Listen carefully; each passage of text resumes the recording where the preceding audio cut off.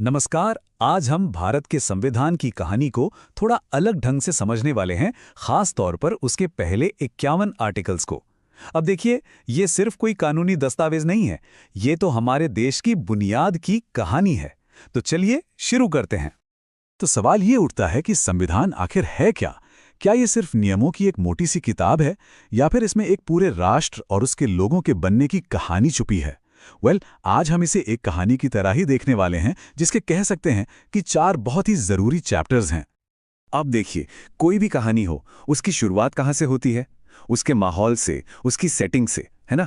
तो हमारी कहानी का जो पहला चैप्टर है, वो है हमारा भारत। मतलब सबसे पहले तो यही जानना जरूरी है कि भारत आखिर है क्या। तो शुरुआत के तो 4 आर्टिकल्स हैं, वो बस यही बताते हैं कि इंडिया है क्या। आर्टिकल 1 तो साफ साफ कहता है, इंडिया जो कि भारत है, राज्यों का एक संघ होगा। आसान भाषा में इसका मतलब है कि भारत कई राज्यों और केंद्र शासित प्रदेशों को मिलाकर बना एक देश है। और यहां एक मजेदार बात है, हमारे देश का नक्शा पत्थर की लकीर नहीं है। संसद के पास ये पावर है कि वो राज्यों की सीमाओं को बदल सकती है। ओके, तो कहानी की सेटिंग तो हो गई तय। भारत क्या है ये हमें पता चल गया, पर कहानी में किरदार भी तो होते हैं, राइट? तो अब आते हैं कहानी के किरदारों पर। हमारा अगला चैप्टर इसी सवाल का जवाब देता है कि इस कहानी का हिस्सा कौन है, मतलब भारत का नागरिक कौन है। आर्टिकल्स 5 से 11 इसी बारे में है।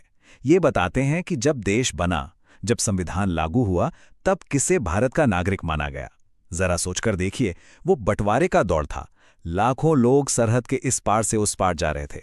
ऐसे में ये तय करना कितना जरूरी था कि इस नए देश का नागरिक कौन है और कौन नहीं। हाँ, ये नियम उस शुरुआती दौर के लिए थे।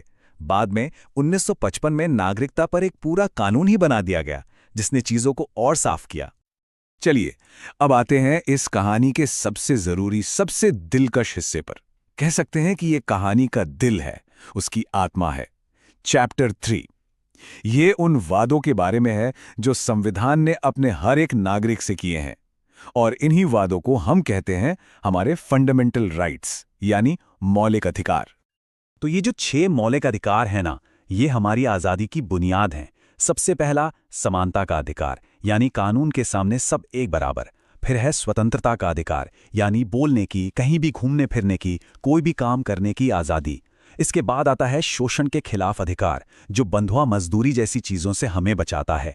फिर हमें मिलती है अपने धर्म को मानने की आज़ादी, अपनी संस्कृति और शिक्षा का अधिकार, और आखिर में वो अधिकार जो इन सब की गारंटी देता है, कॉन्स्टिट्यूशनल रेमेडीज का अधिकार।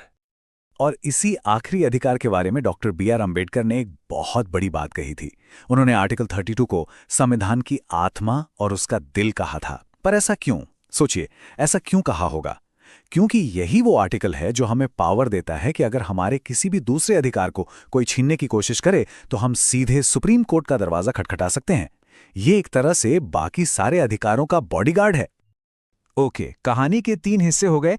अब आते हैं चौथे और आखिरी फाउंडेशनल चैप्टर पर। देखिए, अगर मौलिक अधिकार नागरिकों से किए गए वादे हैं, तो ये चौथा चैप्टर सरकार के लिए एक गाइड बुक है, एक मॉरल कंपस की तरह, जो सरकार को रास्ता दिखाता है कि देश को आखिर ले किस दिशा में जाना है। तो यहां एक बहुत बड़ा फर्क समझना जरूरी है, फंडामेंटल राइट्स और डायरेक्टिव प्रिंसिपल्स के बीच। फर्क यह है, फंडामेंटल राइट्स यानी मौलिक अधिकार हमारा हक है, अगर वो हमें नहीं मिलते तो हम कोर्ट जा सकते हैं। लेकिन डायरेक्टिव प्रिंसिपल्स यानी नीति निर्देशक तत्व सरकार के लिए एक तरह की सलाह है, एक गाइडेंस है। ये सरकार को बताते हैं कि उन्हें क्या लक्ष्य रखने चाहिए, पर इन्हें लागू करवाने के लिए हम कोर्ट नहीं जा सकते, वो लीगली बाइंडिंग नहीं है। तो आखिर ये सिद्धांत सरकार को करने के लिए कहते क्या हैं? ये एक विजन देते हैं। ये कहते हैं कि सरकार की जिम्मेदारी है लोक कल्याण को बढ़ावा देना, ये सुनिश्चित करना कि सबको समान काम के लिए समान वेतन मिले, बच्चों को मुफ्त शिक्षा मिले, स्वास्थ्य व्यवस्था और पंचायती राज को मजबूत किया जाए, और दुनिया में शांति बनाए रखने की कोशिश हो। कुल मिलाकर ये एक न्याय से भरे समाज को बनाने का सपना है।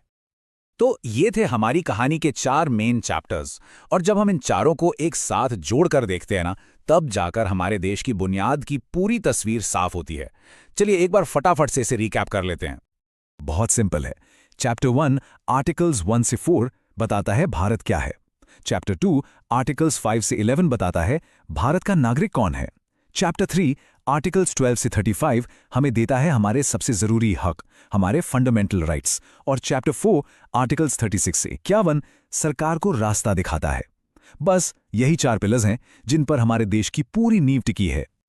तो ये जो कहानी है ये 70 साल से भी ज़्यादा पहले लिखी गई थी, लेकिन ये आज भी एक बहुत बड़ा सवाल हमारे सामने रखती है कि आज के दौर में, आज के भारत में इस कहानी के क्या मायने हैं। इसके जो सिद्धांत थे, जो वादे थे, वो आज कितने रेलेवेंट हैं। ये एक ऐसा सवाल है जिस पर हम सबको सोचना चाहिए।